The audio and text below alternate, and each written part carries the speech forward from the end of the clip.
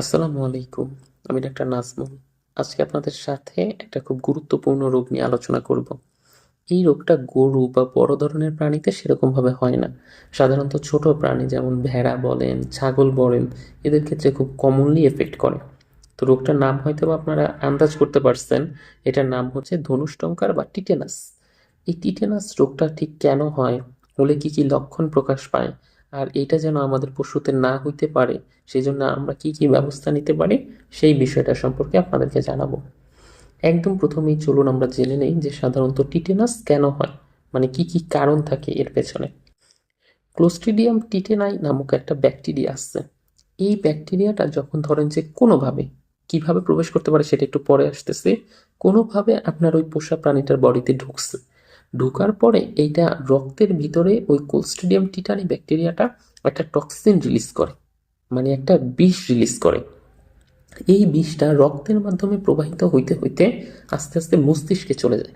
যখন হচ্ছে রোগটা মস্তিষ্কে চলে গেল, তখন একটা নিউরোলজিক্যাল সাইন তৈরি করে, এবং তখন দেখা যায় যে নার্ভগুলো আস্তে আস্তে ড্যামেজড হইতে থাকে, এবং দাঁতের যে মাড়ি আছে এই মাড়িটা একটা আরেকটার সাথে লেগে যায়।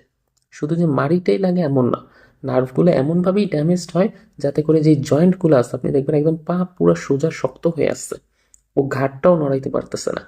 কারণ ওর ওই যে নিউরোলজিক্যাল ডিসঅর্ডারটা তৈরি করছে ওই ব্যাকটেরিয়াল ইয়াটা, মানে টক্সিনটা। এখন আমরা আমাদের মেডিকেলের ভাষায় এই যে দাঁতের যে মাড়িটা আছে এটা দেখেই কিন্তু বুঝি যে ও টিটেনাসে আক্রান্ত হয়েছে, এবং এটাকে আমরা বলি লকজো ডিজিজ, মানে হচ্ছে দাঁতের ওই জটা লেগে গেছে, লক হয়ে গেছে। তো এইটাই হচ্ছে প্রাইমারি ইন্ডিকেশন, যেটা দেখে আপনি বুঝতে পারবেন যে সাধারণত ও টিটেনাস দ্বারা আক্রান্ত হয়েছে। ওকে, তাহলে ওই যে একটু আগে বললাম যে কি কি কারণে সাধারণত এরকম টিটেনাস দ্বারা আক্রান্ত হইতে পারে। প্রথম অবস্থা হইছে যে কোনো লোহার বা এরকম জং পড়া টাইপের কিছু দিয়ে যদি ওর বডিতে কোনো ক্ষতের সৃষ্টি হয়, তাহলে সাধারণত দেখা যায় ওই জং থেকেই ওইখানে ক্লোস্ট্রিডিয়াম টিটানি নামক ব্যাকটেরিয়াটা থাকে, এবং তারপরে সেটা ওই বডিতে ব্লাডে গিয়ে টক্সিন রিলিজ করে সাইন সিমটম দেখায়। তারপরে অনেক সময় দেখা যায় যে বাচ্চা প্রসবের পরে ওই যে নাভিটা যদি আপনারা জং পড়া ব্লেড দিয়ে কাটেন, তখনও হচ্ছে সাধারণত এই রোগটা হইতে পারে।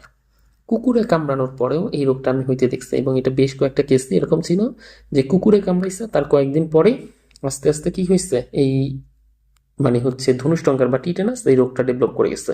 এই জন্য কুকুরে কামড়ানোর পরেও আপনারা অনেক সময় দেখতে পারতে পারেন এটা, এবং আমিই পাইছি এরকম বেশ কয়েকটা কেস। তারপরে ধরুন যে আপনার পোষা প্রাণীটার কোনো একটা অপারেশন হয়েছে, অপারেশনের সময় ডাক্তার একটু জাস্ট অসাবধানতা বশত আগের যেই অপারেশন ছিল সেটাকে ভালো মতো ওই জীবাণুনাশক করে নেয় না অপারেশনের যন্ত্রপাতিগুলো, এবং সেটা দিয়ে হচ্ছে পরবর্তীতে আপনার পোষা প্রাণীটাকে অপারেশন করছে। তখন দেখা যায় এই যে জীবাণুমুক্ত না করে নেওয়ার কারণে এই ধনুষ্টঙ্কার বা টিটেনাস হইতে পারে। আর সবচেয়ে কমনলি যেটা হয় ক্যাস্ট্রেশন বা খোঁজাকরণের সময়, আপনি যখন ওই যে ওকে খোঁজাকরণ করবেন বা ক্যাস্ট্রেশন করবেন, তখন ওই জায়গায় ক্ষতটা রয়ে যায়, এবং ওইটা দেখা যায় যে ভায়োডিন দিয়ে বা নেভানোল দিয়ে পরে একবার ওই জায়গাটা পরিষ্কার করে না দেওয়ার কারণে ক্লোস্ট্রিডিয়াম টিটানির জীবাণুটা ওই জায়গায় থেকে যায়, এবং পরবর্তীতে এখান থেকে এই টিটেনাসের সৃষ্টিটা হয়, মানে সূত্রপাতটা হয়। তাহলে তো এতক্ষণ আমি জাস্ট আপনাকে জানাইলাম যে ঠিক কী কী কারণে এই টিটেনাস বা হচ্ছে ধনুষ্টঙ্কা রোগটা হইতে পারে। এবার আপনি বুঝবেন কিভাবে যে আপনার পশুটার এই রোগ হইছে, ঠিক কী কী ধরনের লক্ষণ এখানে প্রকাশ পাবে।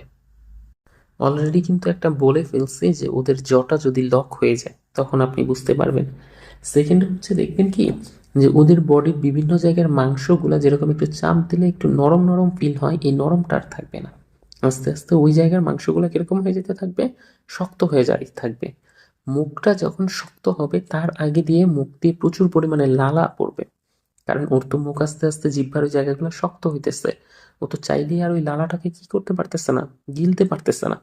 এই জন্যে তখন হচ্ছে মুখ দিয়ে প্রচুর পরিমাণে লালা ঝরে।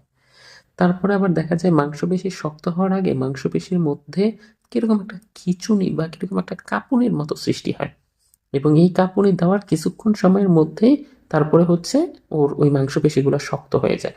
এবং যখন এই মাংসপেশিগুলো শক্ত হয়ে যায় তখন ও একদম টান টান করে দাঁড়ায় থাকে, মানে পুরো বডি পুরো ফুল শক্ত, মানে স্ট্যাচু টাইপের যে জিনিসগুলো আসছে না ওরকম স্ট্যাচুর মতো ফিল হয়ে যায়, এবং একদম মনে হবে যে আপনি জাস্ট ওই যে মৃত একটা পশু কাঠের মতো করে দাঁড় করে রাখছেন, জাস্ট ওরকম। আর অনেক সময় এরকম দেখতে পাই, এবং এটাও অনেকটা বলা যায় যে কমন সেন্স সিমটম, যে ওদের কানগুলা একদম পুরো খারাপ হয়ে যাবে, কান কি সাধারণত তো আর খাড়া থাকে না, এগুলো তো ঝুলে থাকে নিচের দিকে। কিন্তু যদি টিটেনাস দ্বারা আক্রান্ত হয় তখন আপনি দেখবেন কানগুলো সব একদম খাড়া হয়ে আসছে। এটাও কিন্তু খুব একটা কমন সাইন সিমটম। তারপরে আবার আরেকটা লক্ষণ প্রকাশ পাইতে পারে, সেটা হচ্ছে যে এরকম যখন ওর বডির ভিতরে এই কন্ডিশনটা চলতেছে, তখন হঠাৎ করে কোনো শব্দ শুনলে বা একটু বিকট শব্দ শুনলে ও ঠিক চমকে উঠবে। বুঝতে পারছেন? যে মানে ওরকমভাবে আপনি একটা পাশেই শব্দ করছেন, ও দেখবেন যে একটা লাফ দিয়ে উঠছে। এই সাইন সিমটমটাও দেখা যায়। এবং আস্তে আস্তে ওর বডিতে শ্বাসকষ্ট তৈরি হয়। শ্বাসকষ্ট তৈরি হয়ে তারপরে হচ্ছে ওর মানে মুখটা দিয়ে তখন নিঃশ্বাস নেওয়ার চেষ্টা করে, কিন্তু শেষে ওই মাংসপেশি শক্ত হয়ে যাওয়ার কারণে ওরা নিঃশ্বাসটাও ঠিকমতো নিতে পারে না এবং কিছু সময়ের মধ্যে মারা যায়। তাহলে এটা হচ্ছে আমাদের সেই কমন কি একদম সাইন সিমটমগুলো যেটার কথা বললাম। তাহলে এগুলা দেখলেই এই লক্ষণগুলোর সাথে আপনি একটু মিলিয়ে দেখবেন, আপনার পশুটার যদি এই লক্ষণগুলো প্রকাশ পায় তাহলে আপনি একদম শিওর হয়ে যাইতে পারবেন যে ও টিটেনাস বা হচ্ছে ধনুষ্টঙ্কার দ্বারা আক্রান্ত। এখন এটা তো বুঝলাম, কিন্তু কেন এইটা হয়েছে সেটাও জানলাম। যাতে করে আমাদের ফার্মের পশুগুলাতে এই রোগ না হয়, এর জন্য আমরা ঠিক কি কি কাজ করতে পারি চলুন এবার সেটা সম্পর্কে জেনে নেওয়া যাক।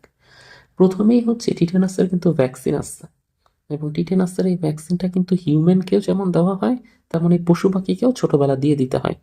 এই জন্যে একদম যে ছোটবেলায় দিতে হবে ব্যাপারটা এরকম না। আপনি ধরেন কাউকে ক্যাস্ট্রেশন বা খোঁজাকরণ করবেন, তার আগে এই টিটেনাসের ভ্যাকসিনটা দিয়ে নেবেন।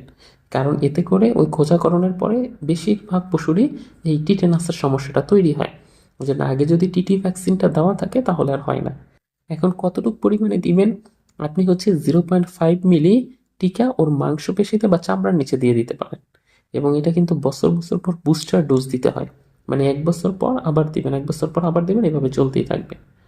আর আরেকটা ব্যাপার হচ্ছে যে ওদের বডিতে যখন কোনো জায়গায় ধরেন সেটা জং পড়া টিন দিয়েই হোক, বা সেটা কোনো অপারেশনের কারণেই হোক, বা সেটা ওই ক্যাস্ট্রেশন বা কোজাকরণের কারণেই হোক, এরকম টাইপের কোথাও যদি কোনো ক্ষত হয়, আপনারা চেষ্টা করবেন যে জীবাণুনাশক যে ইয়াটা আছে, মানে বাজারে ভায়োডিন পাওয়া যায়, ওই ভায়োডিন দিয়ে ওই জায়গাটাকে খুব ভালো মতো করে পরিষ্কার করে দেয়। এবং এটা প্রত্যেক দিনই পরিষ্কার করবেন যাতে করে ওই জায়গায় জীবাণুটা ডেভেলপ করতে না পারে। আর আরেকটা ব্যাপার হচ্ছে কি, যে একদম একটা ধরেন যে গর্ভবতী প্রাণী আছে, তাহলে গর্ভবতী প্রাণীটা ঠিক লাস্ট যেই সপ্তাহ, মানে যখন বাচ্চাটা দিবে দিবে তার ঠিক ওই শেষ সপ্তাহে আপনি টিটেনাসের ভ্যাকসিনটা ওকে করাই নেবেন। তাহলে দেখা যাবে যে ওই যে বললাম গর্ভাবস্থার পরে বেশিরভাগ মানে হচ্ছে এরকম ওই কি বলে ছাগলের মায়েরা তখন হচ্ছে আক্রান্ত হয়, তো ওই ইয়াগুলো আর হবে না। আপনি যদি গর্ভাবস্থার এরকম একদম শেষ দিকে গর্ভবতী প্রাণীটাকে ওই টক্সোয়েড ইঞ্জেকশনটা দেন, মানে টিটি ভ্যাকসিন দেন, তাহলে আর ও এই রোগে আক্রান্ত হওয়ার কোনো সম্ভাবনা নাই, বলতে গেলে একদম প্রায় জিরো।